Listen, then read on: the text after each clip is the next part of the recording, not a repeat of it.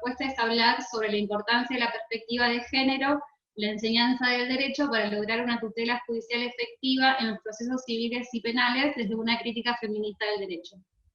Para desarrollar el tema, primero será un abordaje de las cuestiones teóricas relacionadas con la materia, para luego hacer un análisis desde la experiencia que se produce con el litigio feminista. El derecho, tal como lo expresa Catherine McKinnon, refleja las relaciones definidas por el poder masculino, configurando una relación opresiva que se esconde bajo un método que se pretende neutro en lo que respecta al género, al estar construido al modo masculino, el léxico y las categorías, invalidan una real capacidad de respetar la visión y los intereses de las mujeres y las personas LGBTIQ+, como señala también Celia Morós. A pesar de que la ley por definición se presenta igual, las mujeres sabemos que esa desigualdad originaria rebasa las redes del derecho y que por tanto nos resulta desigual más que a los varones. Entonces,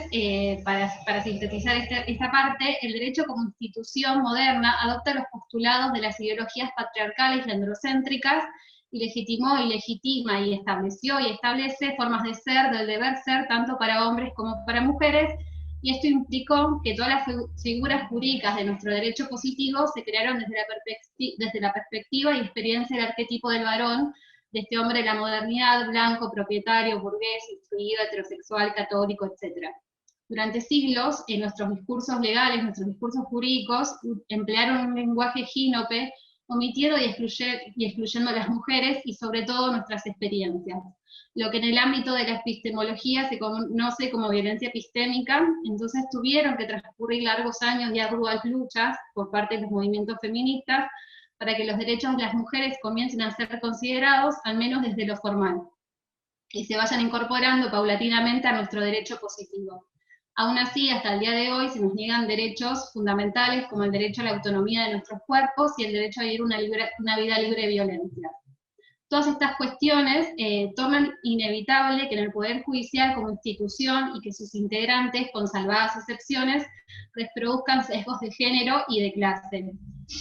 Y además, esto hace también que reproduzcan una visión androcéntrica del derecho, de las normas, de los principios y los valores que operan en todos los procesos judiciales. Entonces, en este sentido, teniendo en cuenta el marco de las jornadas, nos parece que como punto de partida se torna imprescindible la incorporación de la perspectiva de género en la enseñanza del derecho y en los procesos judiciales. Por eso en este punto cabe preguntarse cómo afecta la perspectiva de género a todas estas figuras legales, como son la tutela judicial efectiva y el acceso a la justicia.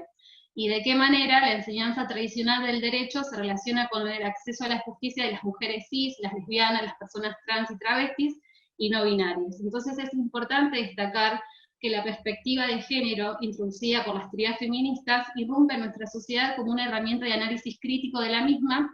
y es la herramienta que nos permite comprender la manera en que afectan las relaciones asimétricas de poder entre los géneros, el acceso a sus derechos humanos, principalmente a las mujeres y a otros sectores vulnerados de la sociedad.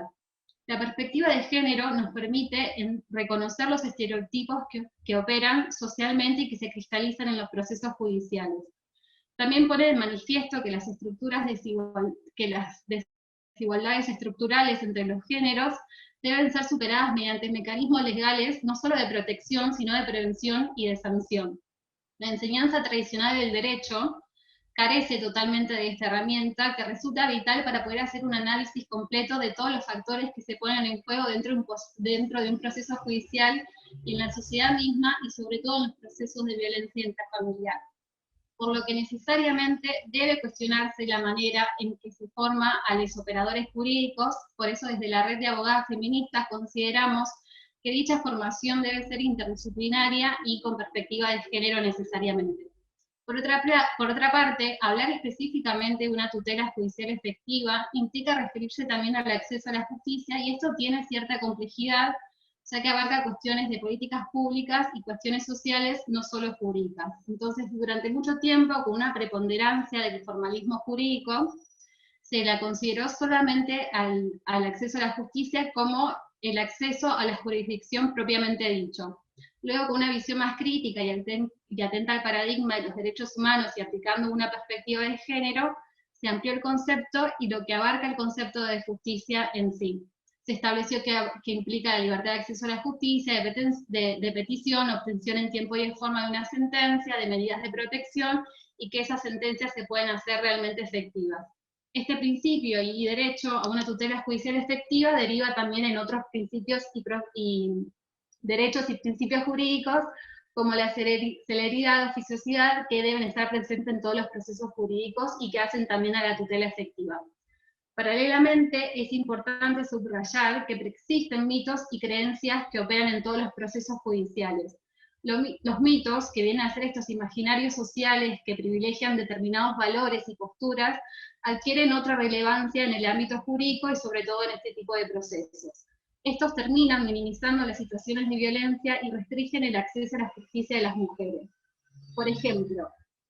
creer o considerar que las mujeres estamos en igualdad de condiciones ante la ley solo porque una norma positiva así lo determina es una falacia, o mejor dicho, un mito. Sostener esta idea implica desconocer que históricamente las mujeres nos encontramos en una situación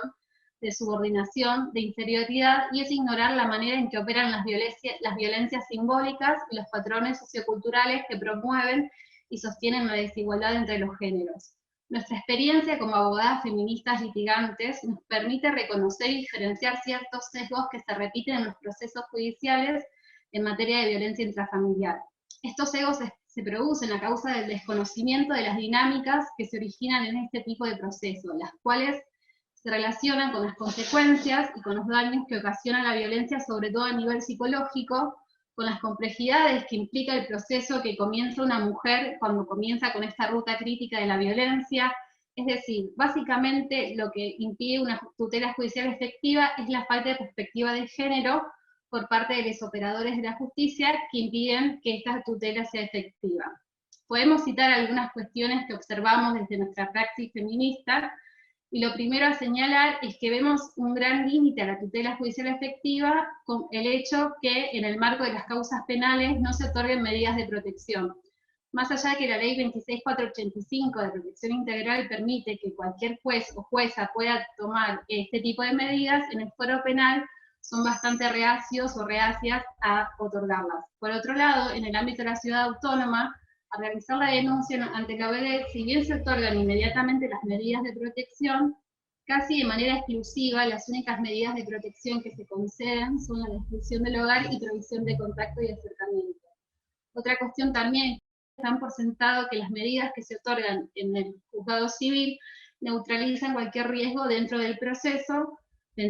penal, sin antes evaluar si estas medidas efectivamente funcionan y protegen a la mujer. Por otro lado, algo que resulta muy importante es que no existe diálogo entre las denuncias penales y las denuncias civiles. Por ejemplo, los juzgados civiles jamás informan de oficio a los juzgados penales sobre situaciones que impliquen el incumplimiento de las medidas.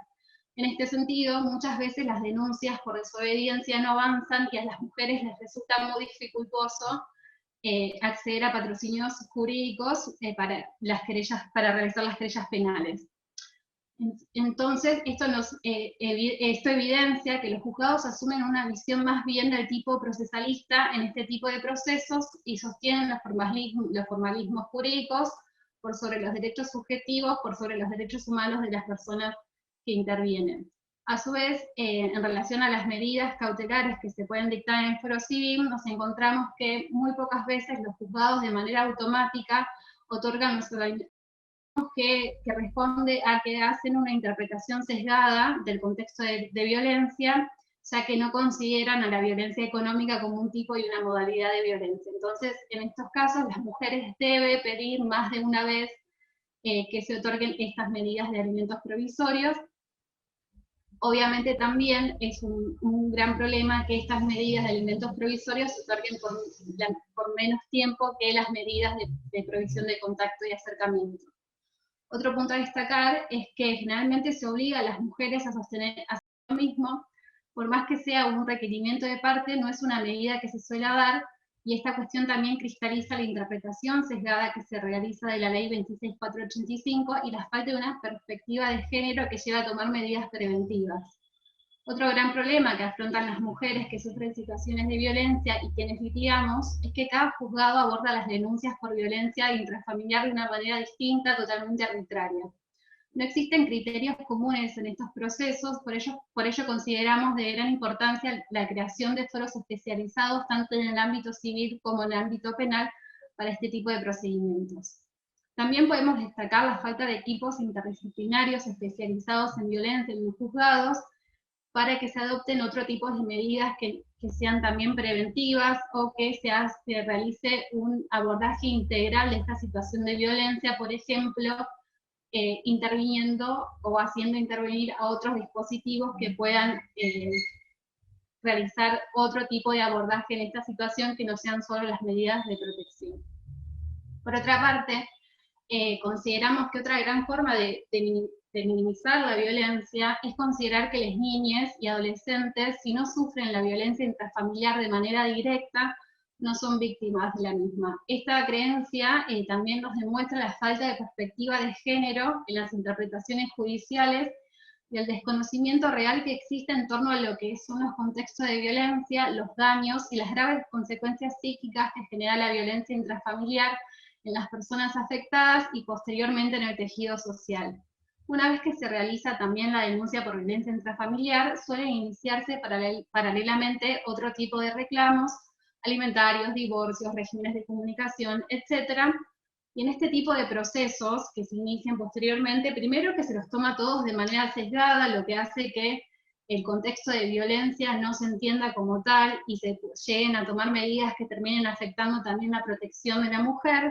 y además que nunca en estos procesos se invierte la carga de la prueba y es constantemente la mujer quien debe estar aportando medidas de prueba para que los procesos avancen. Un tema recurrente también es que se efectúen de manera constante vinculaciones forzadas, aún en casos de delitos sexuales,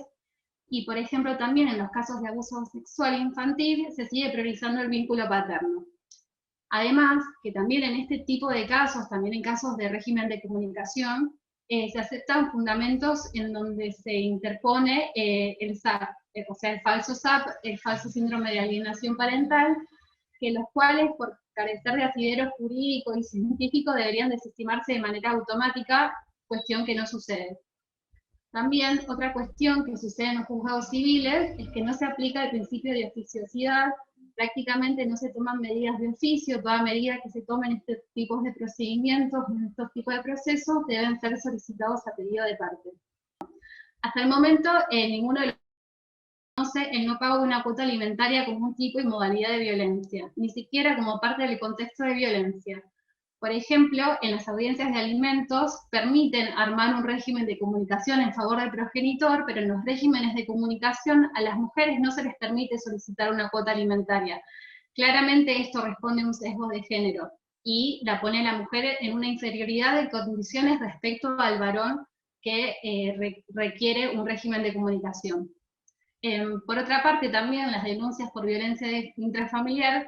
en la mayoría de los juzgados civiles y penales no se aplican los derechos y garantías que otorga el bloque constitucional, desconociendo de esta manera totalmente arbitraria una amplia gama de derechos que asisten a las mujeres y a sus hijas en estos procesos. Por lo tanto, no hay un control de convencionalidad, lo que restringe los derechos de las mujeres. Podemos observar también que afecta sobremanera a las mujeres y a sus hijas la segmentación que se hace, bueno, la segmentación que decía anteriormente de los procesos y la falta de contextualización que se hace respecto al contexto de violencia y a tomar esta situación como tal para entender de manera armónica todos los procesos en que una mujer y sus hijas que sufran una situación de violencia sean parte, lo que implica que muchas veces hace que en un expediente alimentario se tomen medidas o se tomen audiencias o se tomen resoluciones que restringen los derechos de las mujeres. Por otra parte, procesos penales continúan operando, obviamente, estereotipos de géneros, y en estos procesos se hace imprescindible la incorporación de la perspectiva de género para la valorización de la prueba para llevar adelante todas las investigaciones. Bueno, en líneas generales, obviamente el derecho penal sigue teniendo grandes sesgos de géneros, aún más que los civiles, Pero bueno, en síntesis, para ir cerrando, nuestra experiencia como abogadas feministas nos permite concluir que en los procesos de violencia intrafamiliar es difícil hablar de una tutela judicial efectiva y de un acceso a la justicia real, ya que cotidianamente nos encontramos con situaciones en las que imperan los formalismos jurídicos por sobre los derechos subjetivos, sobre los derechos por sobre los derechos humanos de las mujeres, y resulta evidente que en su mayoría los jueces y las juezas realizan una interpretación sesgada de las normas y principios que deberían aplicarse en estos tipos de procedimientos, y que este sesgo responde a los mitos y a los estereotipos de género que imperan dentro del Poder Judicial y en la sociedad toda, ¿no? Por ello, para finalizar, tal como lo expresan Alda Facio y Lorena Fríes, repensar el derecho y su función social es un desafío que va más allá de contar con buenas leyes o con buenas resoluciones judiciales para las mujeres. Significa hacer de esta disciplina un instrumento transformador. Y para esto, para que esto suceda, debe de exigirse una hermenéutica de género crítica. Gracias.